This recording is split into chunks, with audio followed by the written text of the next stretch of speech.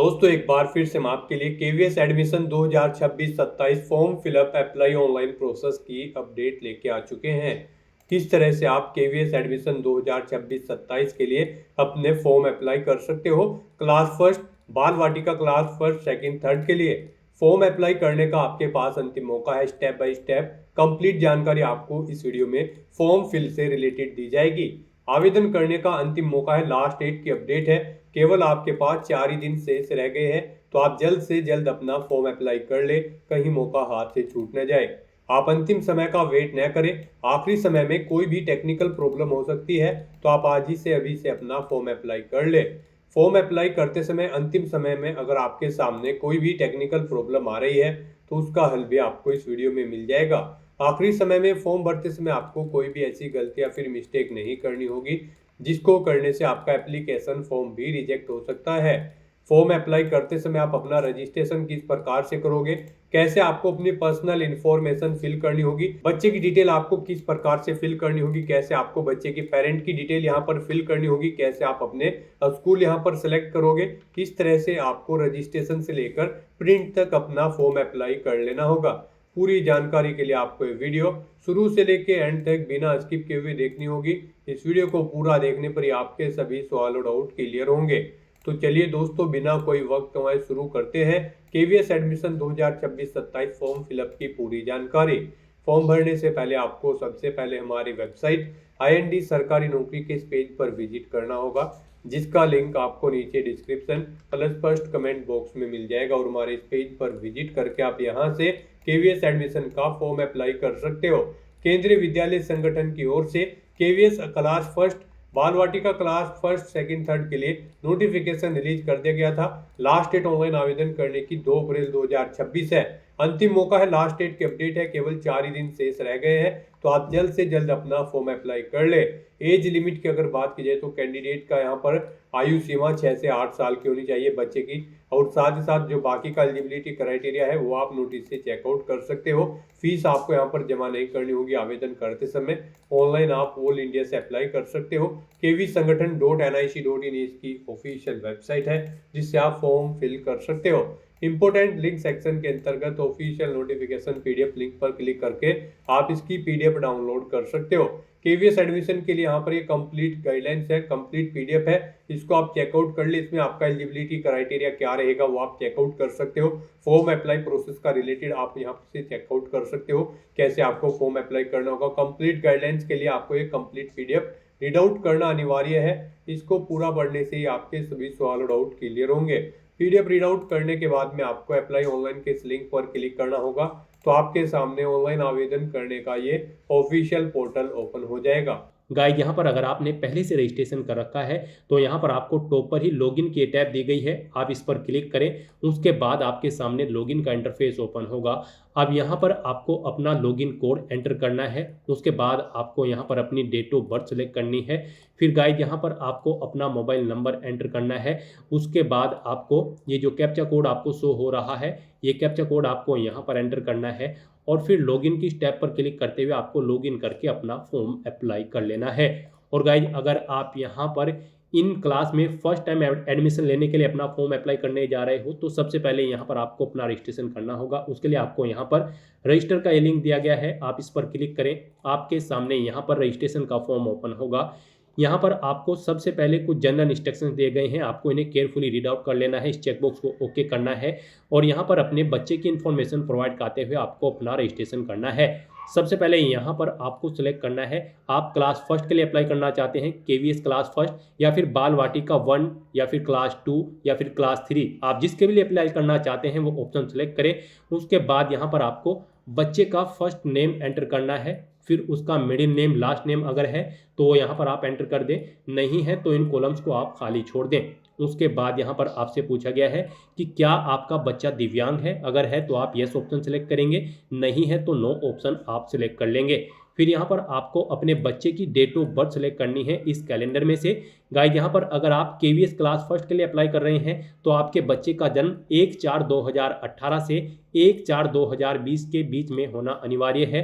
और अगर बाल वाटिका फर्स्ट क्लास के लिए आप अप्लाई करने जा रहे हैं तो फिर आपके बच्चे का जन्म यहाँ पर 1/4/2022 से 1/4/2023 के बीच में होना अनिवार्य है। बाल वाटिका क्लास 2 के लिए 1/4/2021 से 1/4/2022 के बीच में आपके बच्चे का जन्म होना अनिवार्य है। और बाल वाटिका 3 के लिए अगर आप अप्लाई करते हो तो फिर यहाँ पर आपके बच्चे का जन्म 1/4/2020 से 1/4/2021 के बीच में होना अनिवार्य है। तो यहाँ पर आपको दी गई गाइडलाइंस के अकॉर्डिंग बच्चे की जन्म तिथि होनी चाहिए। तो यहाँ पर आप अपने बच्चे की जन्म तिथि सिलेक्ट करेंगे इस कैलेंडर में से। फिर यहाँ पर आपको अपने माता पिता के पात्रता का विवरण प्रोवाइड कराना है। यहाँ पर आपसे पूछा गया है बच्चा या बच्ची जो यहाँ पर एडमिशन के लिए फॉर्म अप्लाई कर रहे हैं, जिनका फॉर्म आप अप्लाई कर रहे हैं वो यहाँ पर केवीएस कर्मचारी के पुत्र या पुत्री हैं। अगर हैं तो आप यस करेंगे, नहीं तो आप नो ऑप्शन सेलेक्ट कर लेंगे। फिर यहाँ पर आपको अपनी ईमेल आईडी एंटर करनी होगी पेरेंट्स को। उसके बाद आपको यहाँ पर मोबाइल नंबर अपना एंटर करना होगा। इंडियन सिम कार्ड वाला नंबर ही यहाँ पर अप्रूव होगा। केवल इंडियन सिम कार्ड वाला नंबर यहाँ पर आप एंटर करें। उसके बाद आप ये कैप्चा कोड यहाँ पर आप एंटर करें और फिर गाइड आप यहाँ पर रजिस्टर के इस ऑप्शन पर क्लिक कर दें। फिर यहाँ पर आपने पीछे जो मोबाइल नंबर एंटर किया है उस पर एक OTP सबमिट किया गया है, वो OTP आपको यहाँ पर एंटर करना है। ये कैप्चा कोड आपको यहाँ पर एंटर करना है और उसके बाद वेरीफाई के इस ऑप्शन पर क्लिक करते हुए अपना मोबाइल नंबर वेरीफाई कर लेना है। इस तरह से यहाँ पर आपका रजिस्ट्रेशन सक्सेसफुली कंप्लीट हो जाएगा। आपको एक लॉगिन कोड यहाँ पर प्रोवाइड कर दिया गया है, इसे आपके रजिस्टर्ड मोबाइल नंबर पर भी सबमिट कर दिया गया है SMS के थ्रू। आपको इसे केयरफुली नोट डाउन करके रख लेना है फ्यूचर यूज के लिए। और गाइड यहाँ पर आप प्रिंट के इस ऑप्शन पर क्लिक करके अपने रजिस्ट्रेशन की डिटेल का एक हार्ड कॉपी या फिर सॉफ्ट कॉपी प्रिंट आउट भी ले सकते हैं। और गाइड बस यहाँ पर अब आपको क्लिक हियर के इस ऑप्शन पर क्लिक करना है अपना फॉर्म अप्लाई करने के लिए। फिर आपके सामने लॉगिन का ये इंटरफेस ओपन होगा। अब गाइज यहाँ पर आपको अपना लॉगिन कोड एंटर करना है जो आपके मोबाइल नंबर पर आया है। फिर यहाँ पर आपको अपनी डेट ऑफ बर्थ सेलेक्ट करनी है। जो आपने रजिस्ट्रेशन करते समय डेट ऑफ बर्थ अपने बच्चे की प्रोवाइड कराई थी तो अपने बच्चे की डेट ऑफ बर्थ आपको इस कैलेंडर में से सिलेक्ट करनी है। उसके बाद आपको अपना मोबाइल नंबर यहाँ पर एंटर करना है जो रजिस्ट्रेशन में आपने यूज़ किया है। ये कैप्चा कोड आपको यहाँ पर एंटर करना है और उसके बाद लॉगिन की स्टेप पर क्लिक करते हुए आपको लॉगिन कर लेना है। लॉगिन करने के बाद आपके सामने कुछ इस तरह से इंटरफेस ओपन होगा। अब यहाँ पर आपका फॉर्म स्टार्ट हो चुका है। कुछ डिटेल्स यहाँ पर आपको आपकी ऑटोमेटिकली फिर मिल जाएगी, जैसे कि आपके बच्चे का नाम, उसका अंतिम नाम, उसकी डेट ऑफ बर्थ, ये आपने रजिस्ट्रेशन टाइम पे प्रोवाइड कराई थी, वहाँ से इन्हें फैच कर लिया गया है। अब यहाँ पर गाइड आपको अपने बच्चे का date of birth certificate number यहाँ पर एंटर करना है। उसके बाद अगर बच्चे का आधार कार्ड है तो 12 डिजिट का अपना उसका बच्चे का आधार नंबर यहाँ पर एंटर करना है, नहीं है तो इस कॉलम को आप खाली छोड़ सकते हैं। उसके बाद यहाँ पर आपको मदर टंग सेलेक्ट कर लेनी है, बच्चे की मातृभाषा आपको सेलेक्ट कर लेनी है। यहाँ पर आप अपने अकॉर्डिंग अपनी मातृभाषा सेलेक्ट करें। फिर यहाँ पर आपसे पूछा गया है कि क्या यहाँ पर उसका जेंडर है वो मेल है, फीमेल है या फिर थर्ड जेंडर है। आप अपने अकॉर्डिंग अपने बच्चे का जेंडर सेलेक्ट करें। फिर आपको इस पेज को नीचे स्क्रॉल डाउन करना है और यहाँ पर बच्चे का ब्लड ग्रुप आपको सेलेक्ट कर लेना है, उसका जो भी ब्लड ग्रुप है। फिर आपको यहाँ पर जाति सेलेक्ट करनी है बच्चे की, वो जनरल, OBC, SC, ST किस जाति से बिलोंग करता है आप जाति सेलेक्ट करें। यहाँ पर अगर आप रिजर्व कैटेगरी से बिलोंग करते हैं तो फिर आपको बच्चे का सर्टिफिकेट नंबर देना होगा, कास्ट सर्टिफिकेट नंबर, और फिर किस अथॉरिटी ने उसे इशू किया है कास्ट सर्टिफिकेट को, उसकी डेजिग्नेशन यहाँ पर आपको देनी होगी, जैसे कि पटवारी, कानूगो या फिर तहसीलदार या फिर सिटी मजिस्ट्रेट। उसके बाद कब जारी किया गया है वो डेट आपको सिलेक्ट कर लेनी होगी। और अगर आप जनरल कैटेगरी के बच्चे होंगे यहाँ पर जो अप्लाई कर रहे होंगे तो फिर यहाँ पर उनको यहाँ पर कैटेगरी की डिटेल नहीं देनी होगी, बस यहाँ पर उनको उनकी फैमिली इनकम सेलेक्ट कर लेनी है। वो यहाँ पर आर्थिक रूप से कमजोर वर्ग के अंतर्गत तो नहीं आते हैं या फिर गरीबी रेखा से नीचे के अंतर्गत तो नहीं आते हैं या फिर वो BPL या फिर EWS से संबंधित तो नहीं है। यहाँ पर आप अपने अकॉर्डिंग ऑप्शन सेलेक्ट कर लेंगे। इस तरह से अपने डिटेल्स प्रोवाइड करने के बाद फिर आपको यहाँ पर सेव एंड कंटिन्यू के इस ऑप्शन पर क्लिक करना है। नेक्स्ट यहाँ पर आपको बच्चे की पेरेंट की डिटेल प्रोवाइड करनी है। यहाँ पर आपसे पूछा गया है क्या आप सिंगल पेरेंट हैं, अगर हैं तो आप यस करेंगे और फिर सेलेक्ट करेंगे मदर हैं या फिर फादर हैं और उसकी डिटेल देंगे। सिंगल नहीं है तो आप नो ऑप्शन सेलेक्ट करेंगे और फिर यहाँ पर मदर और पेरेंट्स की डिटेल प्रोवाइड कराएंगे। यहाँ पर सबसे पहले माता की डिटेल देनी होगी। उनके नाम से पहले टाइटल सेलेक्ट करना है, मिसिज या फिर लेट। अगर मृत्यु हो चुकी है तो लेट ऑप्शन आप सेलेक्ट करेंगे।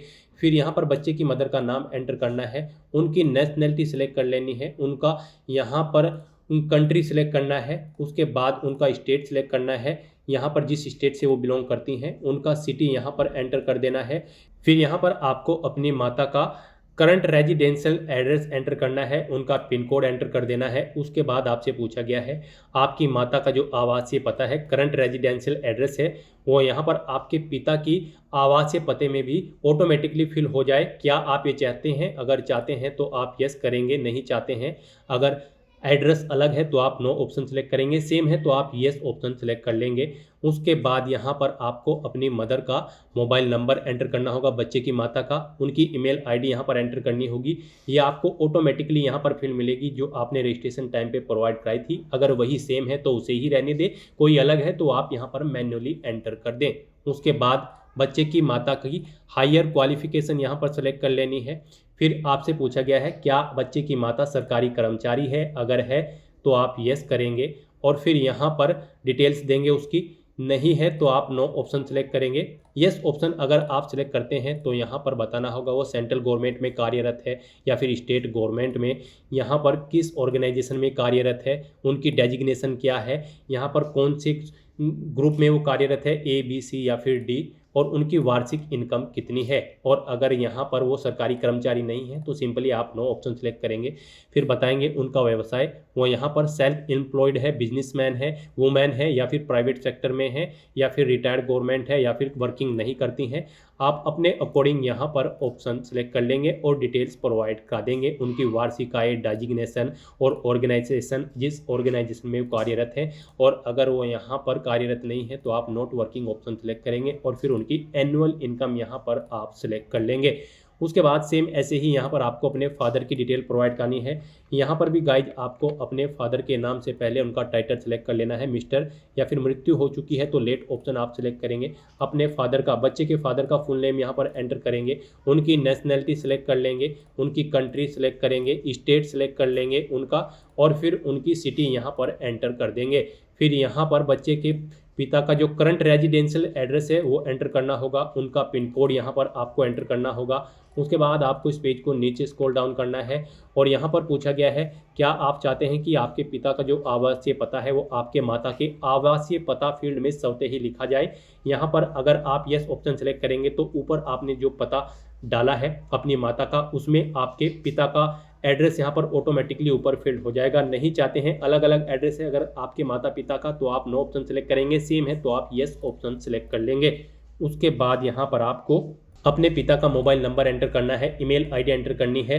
यहाँ पर भी आपको आपकी ईमेल आईडी ऑटोमेटिकली फिर मिलेगी जो आपने रजिस्ट्रेशन में प्रोवाइड कराई थी। अगर वही सेम है तो आप उसे ही रहने दें, अलग है तो मैन्युअली यहाँ पर आप एंटर कर दें।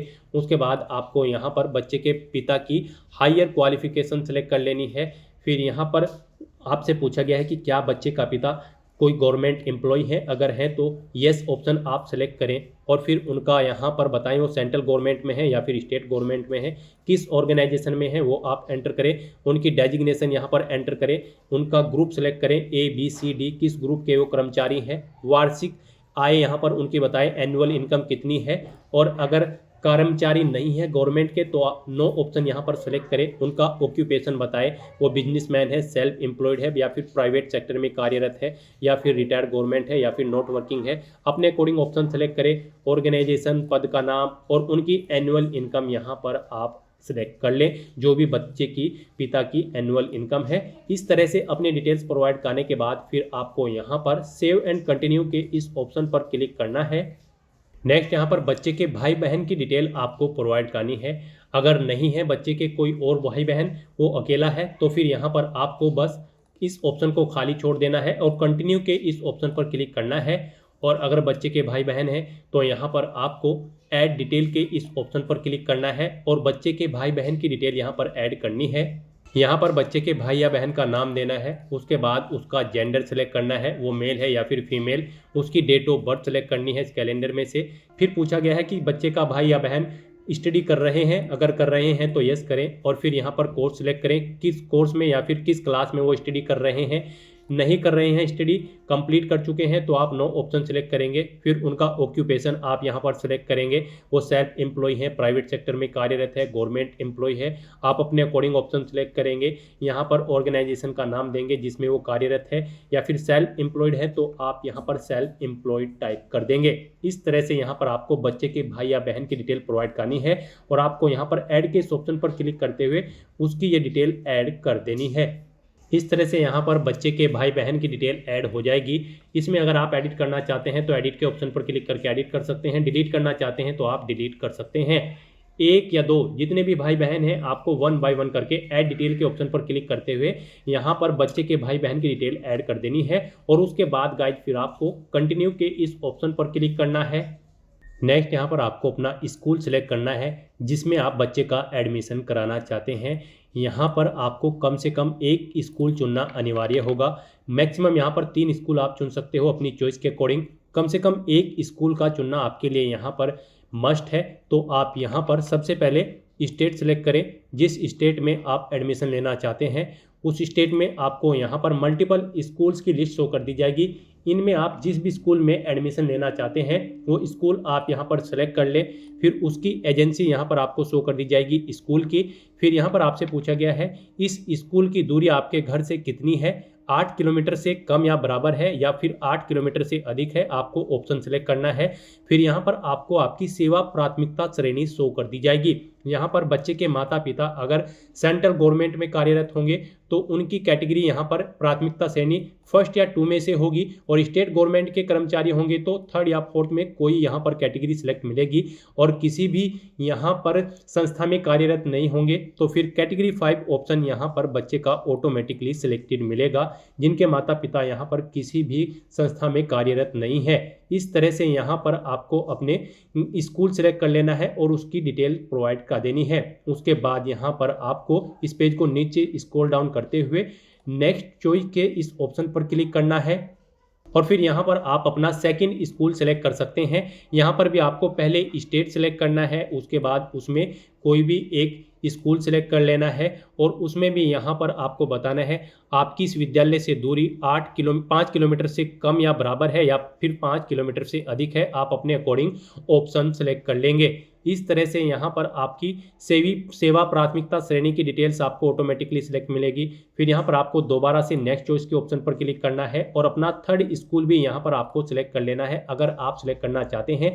नहीं करना चाहते हैं तो आप वहाँ पर नेक्स्ट चॉइस की जगह सेव एंड कंटिन्यू के ऑप्शन पर क्लिक कर सकते हैं। एक स्कूल कम से कम चुना जाना आपका यहाँ पर अनिवार्य है। यहाँ पर आपके लिए बेस्ट रहेगा आप 3 ऑप्शन सेलेक्ट कर ले, आपको यहाँ पर प्रेफरेंस दी जाएगी। मान लीजिए किसी कारण अगर एक विद्यालय में आपका एडमिशन नहीं होता है तो फिर दूसरे में आपके लिए ऑप्शन रहेगा, तो हम आपको सजेस्ट करते हैं आप तीनों विद्यालय यहाँ पर सेलेक्ट कर लें। इस तरह से यहाँ पर आपको पहले 3rd में भी स्टेट सेलेक्ट करना है, विद्यालय का नाम सेलेक्ट करना है। यहाँ पर आपके घर से दूरी विद्यालय की 5 किलोमीटर से कम या बराबर है या अधिक है, आप अपने अकॉर्डिंग ऑप्शन सेलेक्ट करेंगे। सेवा प्राथमिकता श्रेणी आपको ऑटोमेटिकली यहाँ पर सिलेक्टेड मिलेगी आपके माता पिता की कैटेगरी के अकॉर्डिंग।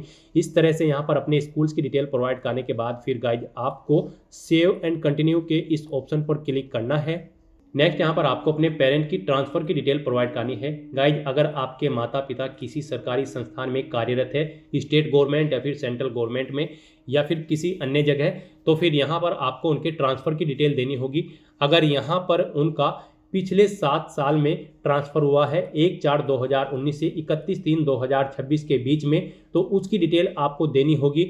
और यहाँ पर ट्रांसफ़र उनका कम से कम 20 किलोमीटर दूर होना चाहिए आपके घर से, जिस स्थान पर आप स्टे थे वहाँ से 20 किलोमीटर दूर होना चाहिए और कम से कम 180 दिन वहाँ पर उन्होंने कंप्लीट कर लिए हो ट्रांसफ़र करने के बाद, तो ही यहाँ पर आपको अपनी डिटेल देनी है। उसके लिए आपको यहाँ पर ऐड डिटेल के ऑप्शन पर क्लिक करना होगा और उनके ट्रांसफ़र की डिटेल देनी होगी, जैसे कि कहाँ से कहाँ पर ट्रांसफ़र हुआ है, कितने समय के बाद, कितने दिन तक आपने सर्विस की है, इस तरह की डिटेल्स आपको देनी होगी। ऐड डिटेल के ऑप्शन पर क्लिक करते ही यहाँ पर पॉपअप शो होगा, उसमें आपको डिटेल ऐड कर देनी होगी।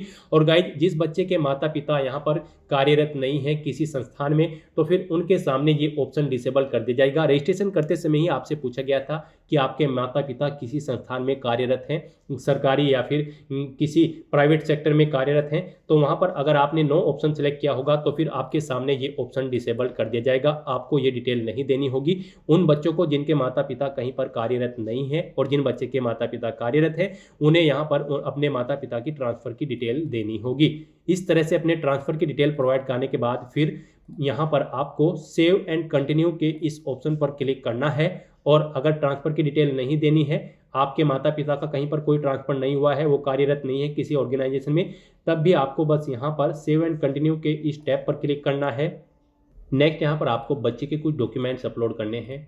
यहाँ पर बच्चे का फ़ोटो आपको अपलोड करना है, पासपोर्ट साइज फ़ोटो, और फिर उसकी डेट ऑफ बर्थ का प्रमाण पत्र यहाँ पर आपको अपलोड करना है। इनके लिए आपको गाइडलाइन दी गई है। यहाँ पर बच्चे का जो फ़ोटो होगा वो जेपीजी फॉर्मेट में होना चाहिए, और यहाँ पर जो जन्म प्रमाण पत्र होगा वो जेपीजी या फिर पीडीएफ फॉर्मेट में होना चाहिए, और यहाँ पर फ़ोटो का जो अधिकतम साइज है वो 200 केबी से कम होना चाहिए, और यहाँ पर आपका जो ये प्रमाण पत्र होगा जन्म प्रमाण पत्र, उसका भी साइज 200 केबी से कम होना चाहिए। तो यहाँ पर बच्चे का फ़ोटो और प्रमाण पत्र, डेट ऑफ बर्थ प्रमाण पत्र अपलोड करने के लिए आपको चूज फाइल के ऑप्शन पर क्लिक करना है, फाइल को सिलेक्ट कर लेना है और अपलोड के इन ऑप्शन पर क्लिक करते हुए 1 बाय 1 करके अपने इन डॉक्यूमेंट्स को आपको अपलोड कर देना है।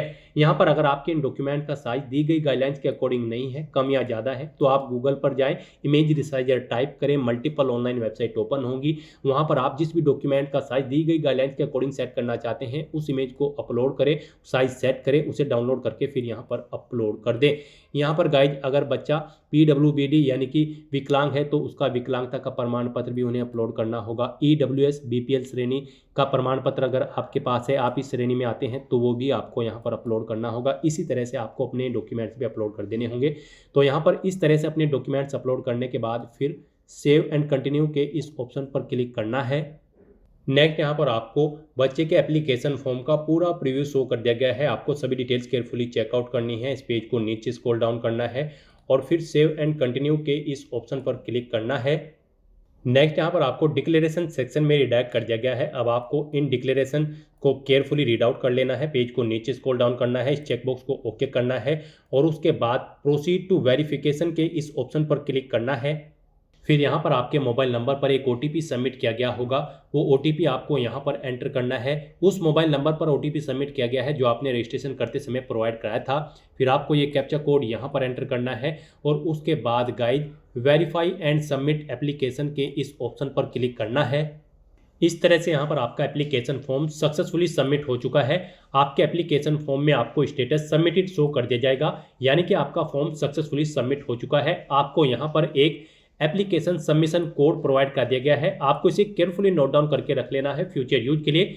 और गाइड यहाँ पर अब आपको व्यू सबमिटेड एप्लीकेशन के ऑप्शन पर क्लिक करते हुए अपने एप्लीकेशन फॉर्म का एक हार्ड कॉपी या फिर सॉफ्ट कॉपी प्रिंट आउट ले लेना है फ्यूचर यूज के लिए, फ्यूचर रेफरेंस के लिए। तो जैसे ही आप व्यू सबमिटेड एप्लीकेशन के ऑप्शन पर क्लिक करेंगे, आपके सामने आपका फॉर्म कुछ इस तरह से शो हो जाएगा।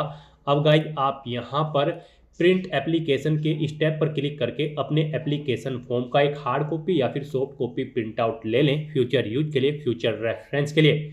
तो दोस्तों ऐसे आप KVS क्लास फर्स्ट बाल वाटिका क्लास 1, 2, 3 के लिए अपने फॉर्म अप्लाई कर सकते हो बिना कोई मिस्टेक किए हुए। आज की इस वीडियो में बस इतना ही। आई होप ये वीडियो आपको पसंद आई होगी। अगर पसंद आई हो तो इसे लाइक और शेयर करें। चैनल पर नए हो तो इसे सब्सक्राइब कर लें। Thanks for watching.